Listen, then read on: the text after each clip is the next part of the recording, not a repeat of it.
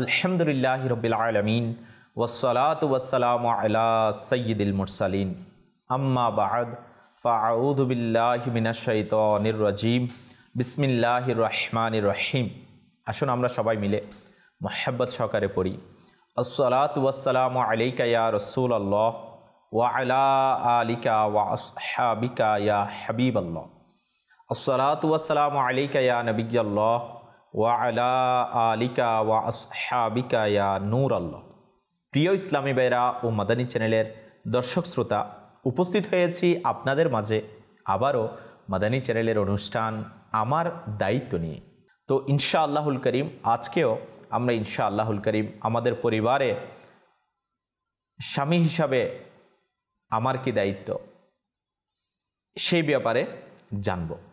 আসুন প্রিয় ইসলামী ভাইরা, প্রথমেই প্রিয় নবী রাসূলে আরবি সাল্লাল্লাহু তাআলা আলাইহি ওয়া আলিহি ওয়াসাল্লাম এর প্রতি দুরূদ শরীফ পাঠ করার একটি ফজিলত শ্রবণ করে নিই।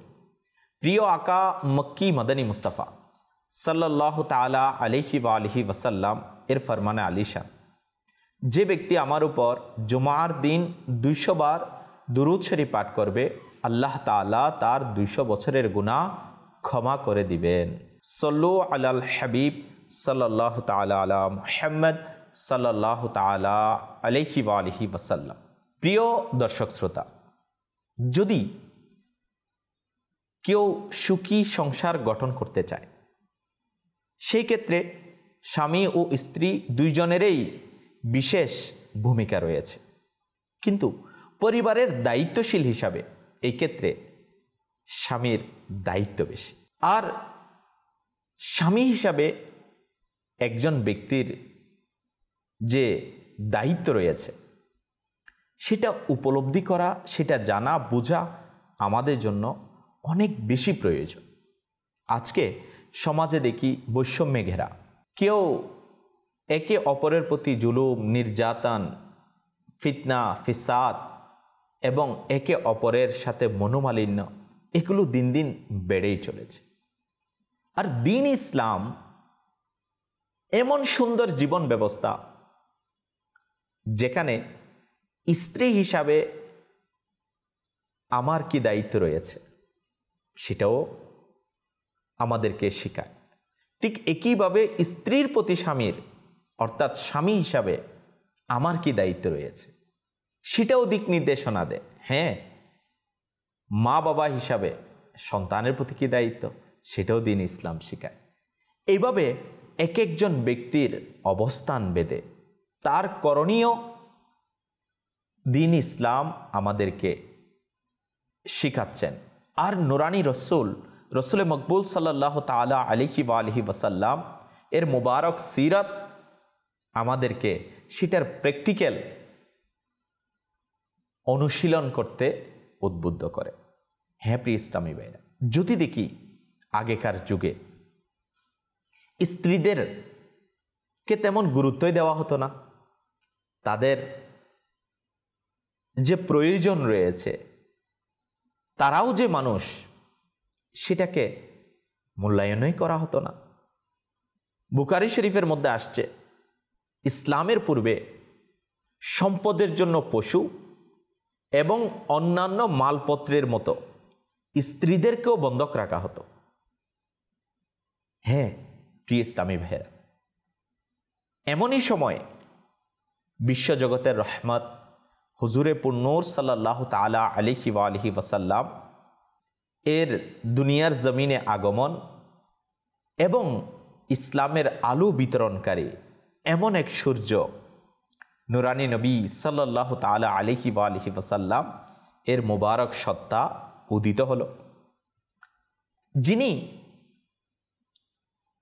নারীদের শুধু অত্যাচার ও নিপীড়ন থেকে মুক্তি দেননি, বরং পুরুষদের প্রতি তাদের অধিকার নির্ধারণ করে দিয়েছে। এটি তো ইসলাম, যা বিবাহের মাধ্যমে নারীর সাথে প্রতিষ্ঠিত হওয়া সম্পর্ককে পুরুষের অর্ধেক ঈমানের নিরাপত্তা ঘোষণা করেছে।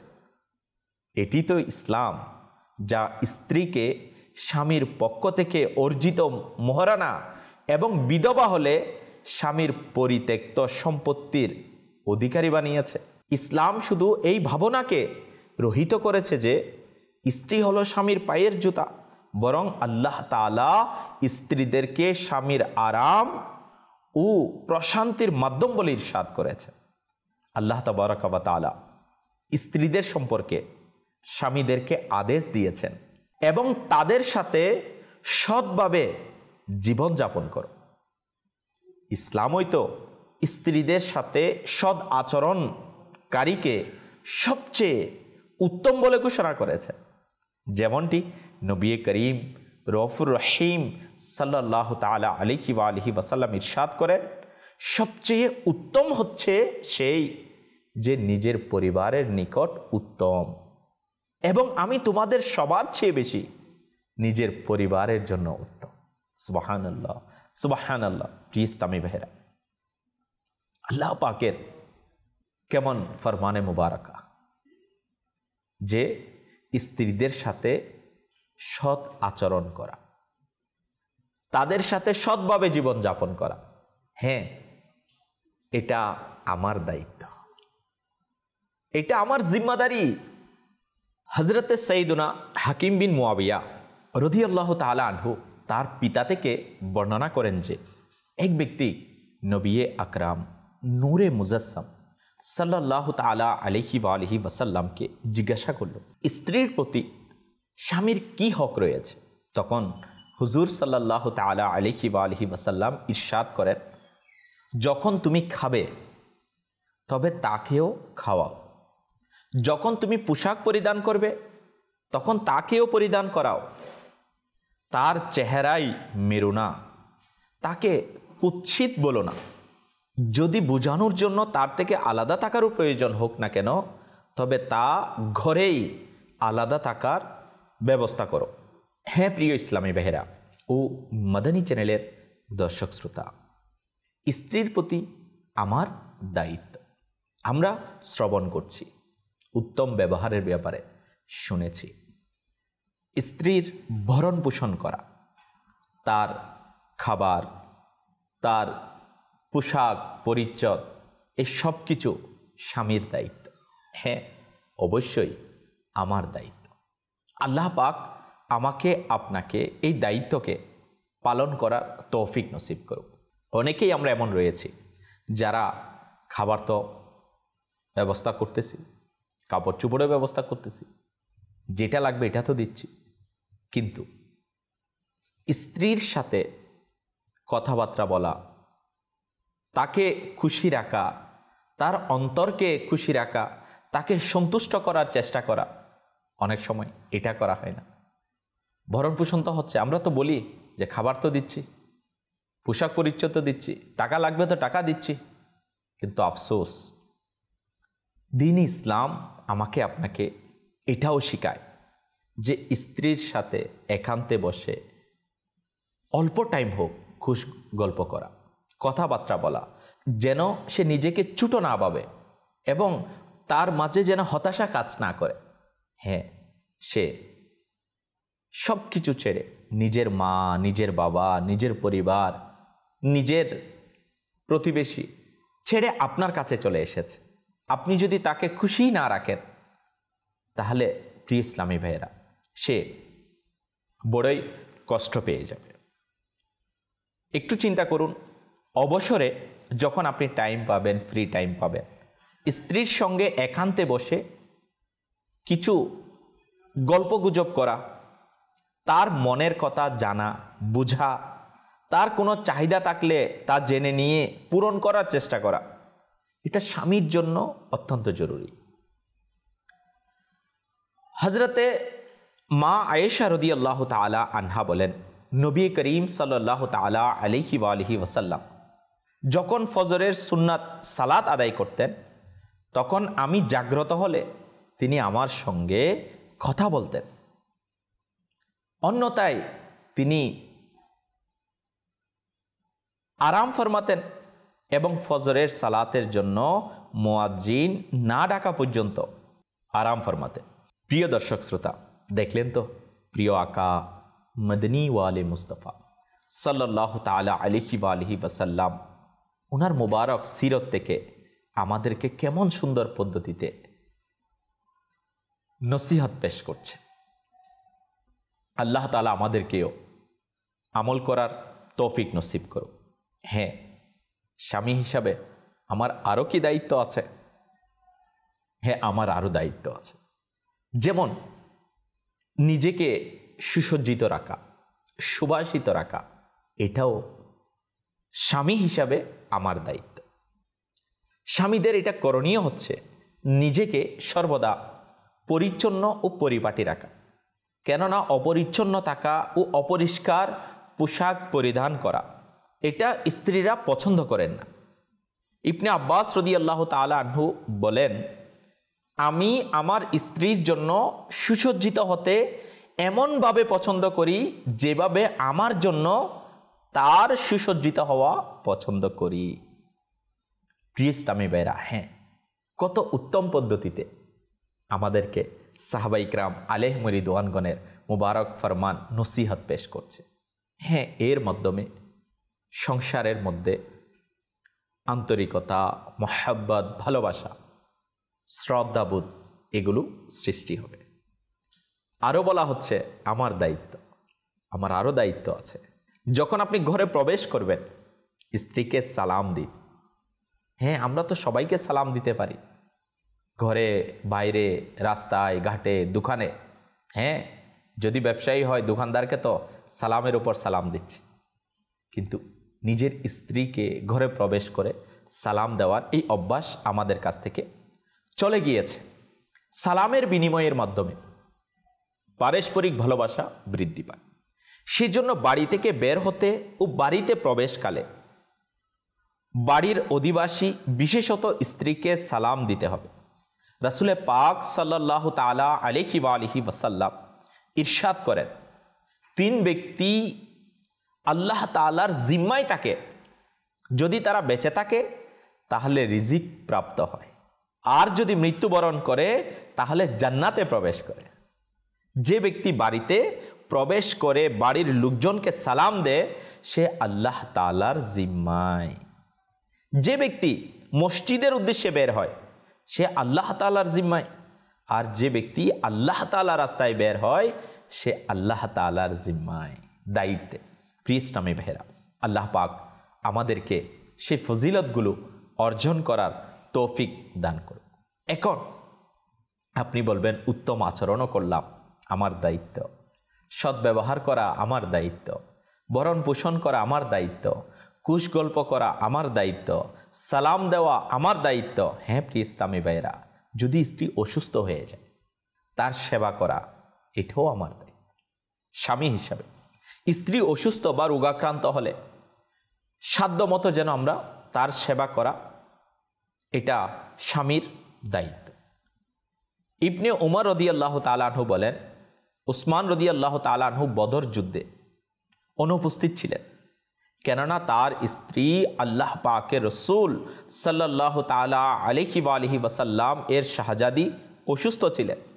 তখন নবী করিম সাল্লাল্লাহু তাআলা আলাইহি ওয়া আলিহি ওয়াসাল্লাম তাকে বলেন, বদর যুদ্ধে যোগদানকারীর সমপরিমাণ সওয়াব ও গনিমতের অংশ তুমি পাবে।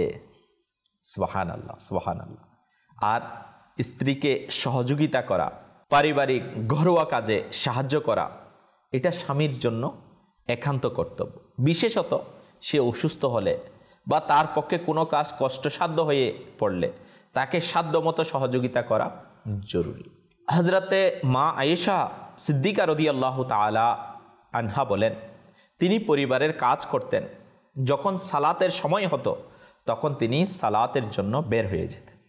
হ্যাঁ প্রিয় ইসলামী ভাইরা, এখন আমাদের বর্তমান সময়ে আরও কিছু বিষয় রয়েছে যেটা সুধারণা, স্ত্রীর প্রতি সুধারণা না রাখা, এটা আমাদের সমাজে বড়ই বেড়ে চলেছে। হ্যাঁ, তো আমাদের উচিত, আমার দায়িত্ব এটা, স্ত্রীর প্রতি উত্তম ধারণা রাখা। অনেকেই তার স্ত্রীকে অযথা সন্দেহ করে, ফলে তাদের মধ্যে মনোমালিন্য, ঝগড়া, বিবাদ এগুলো সৃষ্টি হয়। তাই সন্দেহ করা ঠিক নয়। আল্লাহ তাআলা বলেন, হে মুমিনরা, তোমরা অধিক অনুমান থেকে দূরে থাকো, নিশ্চয়ই কোনো কোনো অনুমান পাপ। স্ত্রীদের প্রতি সুধারণা পোষণ করা মুমিনদের জন্য আবশ্যক। আল্লাহ পাক আমাদেরকে আমল করার তৌফিক দান করো। প্রিয় ইসলামী ভাইরা, আরও কিছু বিষয় আমরা যদি দেখি যে আমার দায়িত্ব একজন স্বামী হিসাবে যে স্ত্রীর সাথে ছোটোখাটো পরামর্শ করা, যদি সম্ভব হয়, যেখানে তাকে গুরুত্ব দেওয়া, মূল্যায়ন করা। যেমন আমরা যদি বুঝি স্বামী স্ত্রী দুইজনের মাধ্যমেই কিন্তু একটি সুখী সুন্দর পরিবার গঠিত হয়। এই ক্ষেত্রে কারো অবদান কম নয়, কাউকে খাটো করে দেখার সুযোগ নাই। কারণ স্বামী বাইরের কাজ করে আর স্ত্রী বাড়ির ভিতরের কাজ করে, এগুলো আঞ্জাম দিয়ে থাকে। তাই পরিবারের যে কোনো কাজে তার সঙ্গে পরামর্শ করা ও সঠিক হলে সে পরামর্শকে মূল্যায়ন করা উচিত। আল্লাহ তাআলা আমাদের সবাইকে উপলব্ধি করার, আমল করার তৌফিক নসিব করো। আল্লাহ পাকের প্রিয় রসুল সাল্লাল্লাহু তাআলা আলাইহি ওয়া আলিহি ওয়াসাল্লাম মা খদিজাতুল কুবরা রাদিয়াল্লাহু তাআলা আনহা এর সাথে ওহী নাজিলের পর পরামর্শ করেন এবং তিনি হুদাইবিয়ার সন্ধিকালে উম্মে সালমা রাদিয়াল্লাহু তাআলা আনহা এর পরামর্শ গ্রহণ করেন। প্রিয় ইসলামী ভাইরা, হ্যাঁ, এবং সাথে সাথে এটাও আমাদের দায়িত্ব স্ত্রীকে তার পরিবারের সঙ্গে সাক্ষাৎ করার সুযোগ দেওয়া, পরিবারের তার বাপের বাড়িতে যাওয়ার সুযোগ দেওয়া, অপরচুনিটি দেওয়া।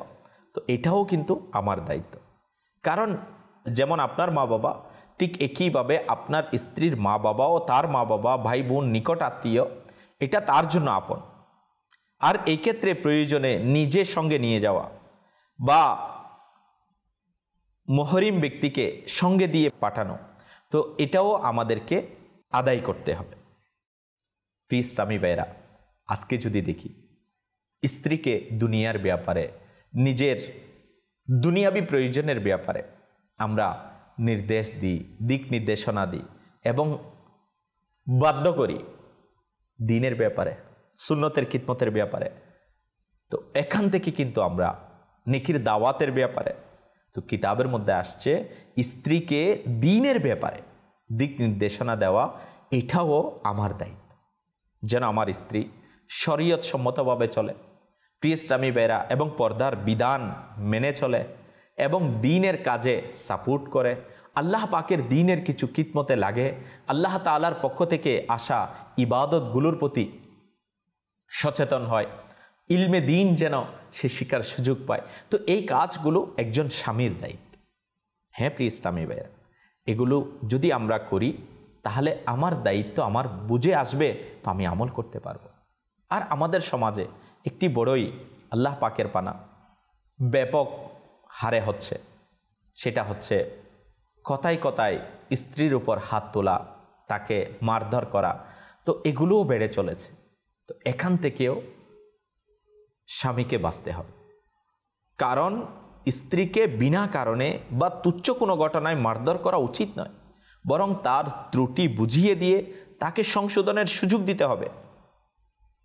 আর মারধর করা রাসূল সাল্লাল্লাহু তাআলা আলাইহি ওয়া আলিহি ওয়াসাল্লামের আদর্শ নয়। নবী করিম সাল্লাল্লাহু তাআলা আলাইহি ওয়া আলিহি ওয়াসাল্লাম কখনো তার স্ত্রীদের প্রহার করেননি। হ্যাঁ প্রিয় ইসলামী ভাইরা, হ্যাঁ, আমরা একজন মুসলমান হিসাবে, আমার নবীর উম্মত হিসাবে আমাদের দায়িত্ব এটা স্ত্রীর প্রতি স্বামীর।